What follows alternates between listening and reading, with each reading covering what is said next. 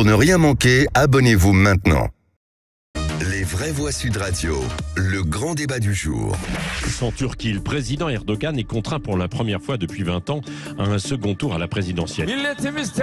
Si notre nation se prononce pour un second tour, alors nous l'acceptons aussi. Nous croyons que nous le gagnerons avec plus de 50% des voix. Kemal Kılıçdaroğlu accepte un second tour et revendique lui aussi la première place. Chers concitoyens, les membres de l'AKP essaient de paralyser le système en contestant plusieurs fois les urnes où nous recueillons la majorité des voix. Monsieur Erdogan a tenu le choc. Alors certes, lors des dernières présidentielles, il avait été élu dès le premier tour. Ce ne sera pas le cas cette fois-ci. Et la Turquie va devoir attendre le 28 mai pour connaître son président. Selon les premières estimations, le président sortant Recep Erdogan ne dépasserait pas la barre des 50% nécessaires pour être élu. Donc au premier tour, c'est une situation inédite pour la République turque et surtout pour Erdogan, Philippe. Oui, et d'ailleurs, selon le dernier comptage qui est tombé il y a quelques minutes, Erdogan est à 49,5% des suffrages contre 44,9% à son rival Kılıçdaroğlu.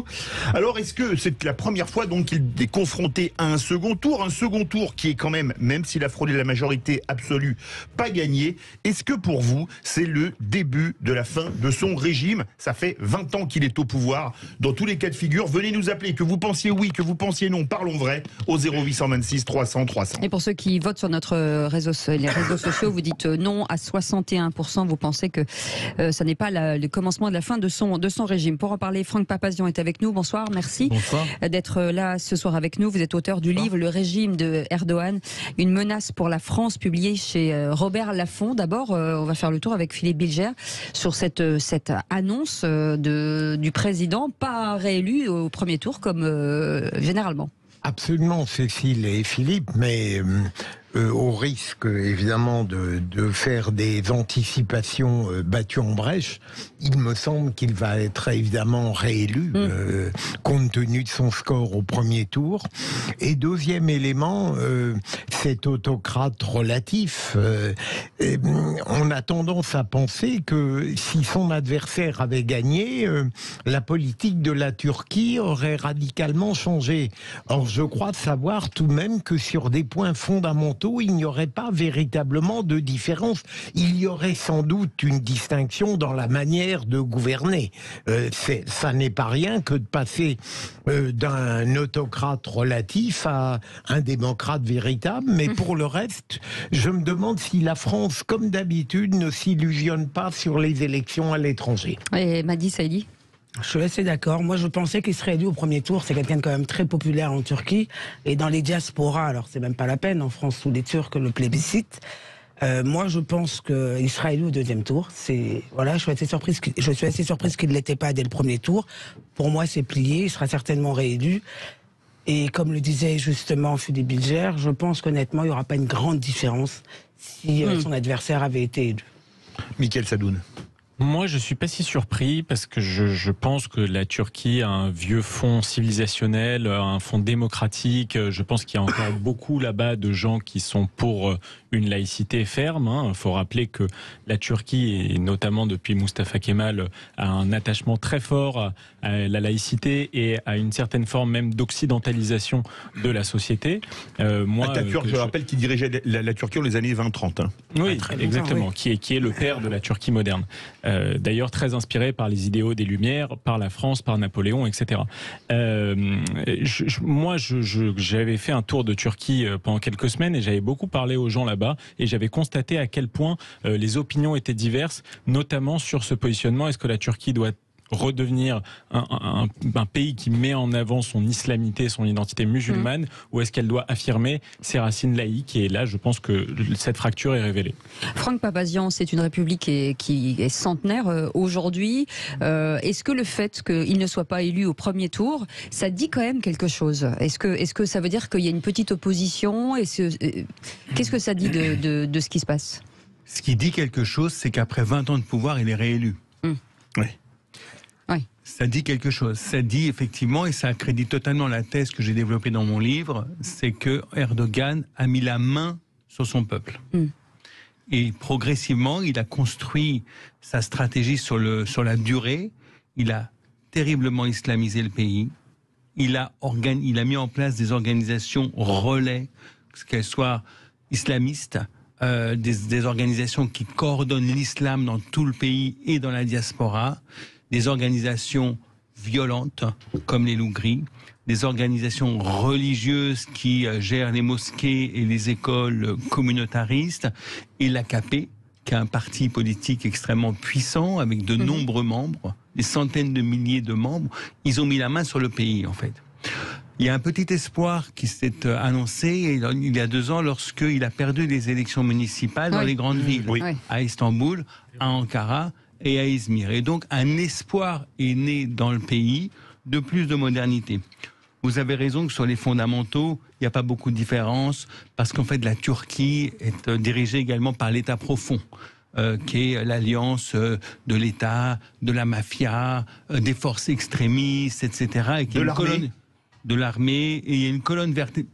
Oui, ça dépend des périodes. De l'armée, ça dépend des périodes. Et il y a une colonne vertébrale turque, une tradition turque. Kemal Atatürk n'est pas celui qui a été inspiré par les Lumières. Je vous rappelle qu'il a continué le génocide arménien et qu'il a mis en place en Turquie. Alors c'était un laïc, effectivement, mais c'était pas quelqu'un qui était inspiré par les Lumières, pas du tout. Qui était très autoritaire aussi dans son style, aucun Absolument. problème. Et donc Erdogan a voulu devenir le Kemal Atatürk du XXIe siècle, puisque 100 ans après, il a tout mis en œuvre pour être réélu. Et cette réélection, il l'a préparée de longue date en réalité. Donc non, je ne suis pas élu. Est-ce que Kılıçdaroğlu aurait été mieux pour le pays? Il est plus moderne. Il a la confiance des jeunes des grandes villes. Ce n'est pas un islamiste, c'est plutôt un laïc. Après, je ne sais pas répondre. Est-ce que Franck Papazian, est-ce que ça va changer quelque chose? Est-ce qu'il va durcir le ton? Est-ce qu'il va refermer encore un peu plus le pays? Je pense qu'il est installé. Oui. Je pense qu'il est installé dans sa stratégie d'islamisation et de radicalisation du pays. N'oublions pas que Erdogan, dans le conflit ukrainien, joue sur les 2 tableaux. Oui. D'un côté, il a des relations industrielles et commerciales avec la Russie. De l'autre côté, des relations militaires avec l'Ukraine. Certains de vos confrères considèrent que c'est de l'habileté. Moi, je considère que c'est de la déloyauté. Oui. C'est-à-dire, on est dans un camp ou dans l'autre. On ne peut pas être dans les 2 camps. On ne peut pas jouer dans les 2 tableaux. Ouais, c'est ça. Mais je voudrais vous poser une question. Est-ce que la Turquie, c'est une démocratie? Les élections ne sont pas truquées, a priori, ou peut-être le sont-elles. Est-ce que c'est on parle de régime autoritaire, on parle de régime personnel. Est-ce que c'est une démocratie? A priori, les votes sont pas, les urnes ne sont pas bourrées. Franck Papazian d'Odile. Absolument, absolument. Mais est-ce que on pose toutes les questions? Est-ce que non, mais vous avez raison de la poser parce que c'est une question très importante. Est-ce que le niveau de la démocratie se mesure uniquement aux élections, à la qualité des élections? N'oublions pas.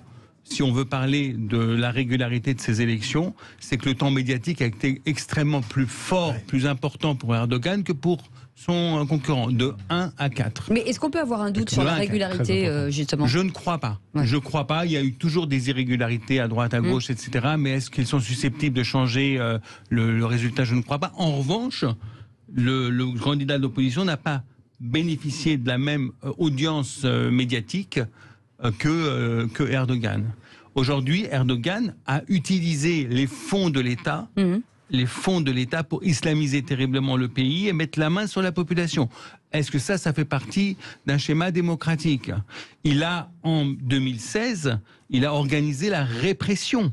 Des centaines de milliers de personnes d'opposants sont emprisonnées aujourd'hui. Les Kurdes ont été réprimés, mais pas que des Kurdes, des Turcs opposants, des centaines de milliers de Turcs opposants, des journalistes. La Turquie, c'est la plus grande prison pour les journalistes. Des journalistes, des avocats, des procureurs, des magistrats, toutes sortes des professeurs d'université ont été emprisonnés en Turquie. Est-ce que ça, c'est la pratique d'un État démocratique? Vous avez totalement raison. J'ai cru entendre ce matin que l'opposition avait eu 56 minutes et lui 56 heures dans les médias. Mais pour prolonger l'une des questions de Cécile, est-ce que, à votre avis, cette victoire évidemment évidente d'Erdogan, pas si évidente que ça. Si, mais elle est, je veux dire, il n'y aura pas de doute. Elle n'est pas écrasante, mais en tout cas, c'est vraiment. Il n'y a pas de doute. Eh bien, est-ce que ça va le durcir, ou à votre avis, est-ce qu'il tiendra compte du fait qu'il n'est pas passé au premier tour, à votre avis? Il va faire alliance avec l'extrême droite. C'est-à-dire qu'aujourd'hui, le Parlement turc comprend 600 députés. il en a eu 266 et l'extrême droite 51. Donc il va devoir composer avec l'extrême droite et au Parlement et mettre en place un gouvernement de coalition pour gouverner. Est-ce qu'il va se durcir ou il va s'arrondir? Il va se durcir évidemment. Il va continuer sa stratégie de radicalisation, d'islamisation pour remporter la prochaine fois. C'est-à-dire qu'en fait, on est en Turquie dans un État où la radicalisation aujourd'hui et l'islamisation sont les maîtres mots de la stratégie du gouvernement. Mais qu'est-ce qu'il cherche à être durer, à être l'Atatürk du 21e siècle, à avoir la main mise sur le pays, à gouverner, ça fait 20 ans. Pas que sur le pays, visiblement. Après 20 ans, il a failli passer au premier tour. Non, mais un peu plus largement, visiblement. Un peu plus largement. J'ai dit que c'était une menace pour la France, c'est une menace pour le Moyen-Orient, c'est une menace pour l'Europe, c'est une menace pour la Grèce, c'est une menace en Afrique, parce qu'Erdogan met en place des relais économiques extrêmement puissants en Afrique. Il veut reconstituer l'Empire ottoman et le panturquisme avec l'Azerbaïdjan. Et je vais vous dire, l'Arménie est en voie de disparition aujourd'hui. Ce n'est pas neutre. Réagissons sur ce sujet-là. Michael Sadoun. Oui, ce qu'il faut ajouter en plus, c'est que Erdogan a bénéficié d'une complaisance totale des pays occidentaux, puisque je rappelle que la Turquie fait encore partie non seulement de l'OTAN, qui est une alliance militaire, alors que... C'est le pilier sud de l'OTAN. Hein. Vu les relations ambiguës qu'ils entretiennent avec la Russie en ce moment, on peut se demander si vraiment ils sont très coordonnés avec la stratégie de l'OTAN. Ensuite, la Turquie fait quand même partie du Conseil de l'Europe, qui est censé être une institution qui représente absolument la démocratie, Conseil de l'Europe, dont la Russie a été exclue pour ces raisons-là. Sachant que la Turquie ne reconnaît pas le génocide arménien, ce qui est une erreur et une faute gravissime, fondamentale, qu'on devrait lui rappeler, parce qu'on a des moyens de pression aussi sur la Turquie. Et il faut aussi rappeler qu'Erdogan a fait de nombreuses fois pression sur l'Europe par l'immigration qui est arrivée de Syrie et d'Irak, notamment au moment où Daesh s'est effondré. Voilà. 0826 300 300, Paul qui veut réagir de Bayonne. Oui, Paul. Oui, Paul. Bienvenue. Oui, merci. Bonjour à vos invités. Pour Monsieur Erdogan, de toute façon, il faut regarder par son histoire. Hein. Il a été dans des écoles islamiques. En premier lieu. Donc il perpétue un peu ce que lui a appris l'école. Après, pour comprendre un peu dans ces pays comment ça se passe, il y a c'est vous preniez même l'Irak, l'Iran à la même époque, c'était des pays qui étaient laïques, mais vous aviez eu des hommes avec une poigne de fer, avec une répression très violente. Oui, qui se sont endurcis. Le Shah ou Saddam Hussein. Oui, c'est ça. Voilà, qui se sont endurcis par le temps et tout ça pour tenir le pays d'une main de fer, pour pas que tout parte à volo. Malheureusement, maintenant, quand vous regardez l'apport de la démocratie dans ces pays-là, il faut voir comment dans l'état où ils sont au jour d'aujourd'hui. Oui, absolument. Donc je pense que M. Erdogan, lui, ne veut pas de ça. Restez avec nous, Paul. Quand on sait que Istanbul et Ankara sont plutôt aux mains de l'opposition, est-ce que quelque part ça peut le gêner dans sa gouvernance? Sont main d'opposition assez légèrement malgré tout. Il y a pas ils n'ont pas gagné avec une écrasante majorité aux dernières élections. Donc là, on le voit, il a été légèrement distancé dans ces villes-là. Non, je pense que justement, il va vouloir lui renverser la tendance dans ces villes-là. Il a encore quelques années pour construire sa puissance, sa mainmise sur le pays. C'est extrêmement dangereux pour les partenaires parce que je pense que tous les partenaires européens et américains espéraient une défaite d'Erdogan cette fois-ci, parce qu'Erdogan effectivement est incontournable, deuxième puissance armée de l'OTAN. La situation géostratégique de la Turquie évidemment est incontournable pour l'OTAN. Qui tient les détroits vers la mer Noire. Absolument, mais en même temps c'est un partenaire gênant. Voilà. Et vous avez raison, Michael, de le dire. Il faut le dire plus souvent. Il faut à un moment donné hausser le ton. On peut pas être à plat ventre devant la Turquie. Est-ce qu'on peut faire ça, quand on s'appelle la France? Bien sûr qu'on peut faire ça. Quand on s'appelle la France, qu'on est 5e ou 6e puissance du monde, on doit se faire respecter. Quand on voit effectivement qu'en France, Erdogan a installé ses réseaux totalement illégaux, islamistes, communautaristes, violents avec des lougris, etc. Absolument. Et à un moment donné, il faut hausser le ton. Il faut convoquer. il faut interdire, il faut expulser les imams radicaux qui font des prêches à la violence, il faut fermer les mosquées radicales qui sont communautaristes et anti-républicaines. Il faut taper du poing sur la table. C'est comme ça qu'on sera respecté. Oui. Je voulais dire que si Erdogan représente pour l'Occident une forme de menace, c'est pas le cas par exemple en Afrique. La Turquie s'installe de manière très simple en Afrique avec la coopération, elle apporte de l'argent. Il y a beaucoup de pays dans l'Afrique de l'Ouest où ils font des écoles. Il y a des écoles franco-turques, il y a des écoles sénégalo-turques. Ça veut dire qu'ils les achètent en fait, quelque part. Alors je sais pas s'ils les achètent. Oui, il y a une forme, effectivement. Oui. Il y a une forme, il amène des sous, donc là-bas il est respecté. Et si ça marche pas en Occident, il développe. C'est de la néocolonisation. C'est de la néocolonisation.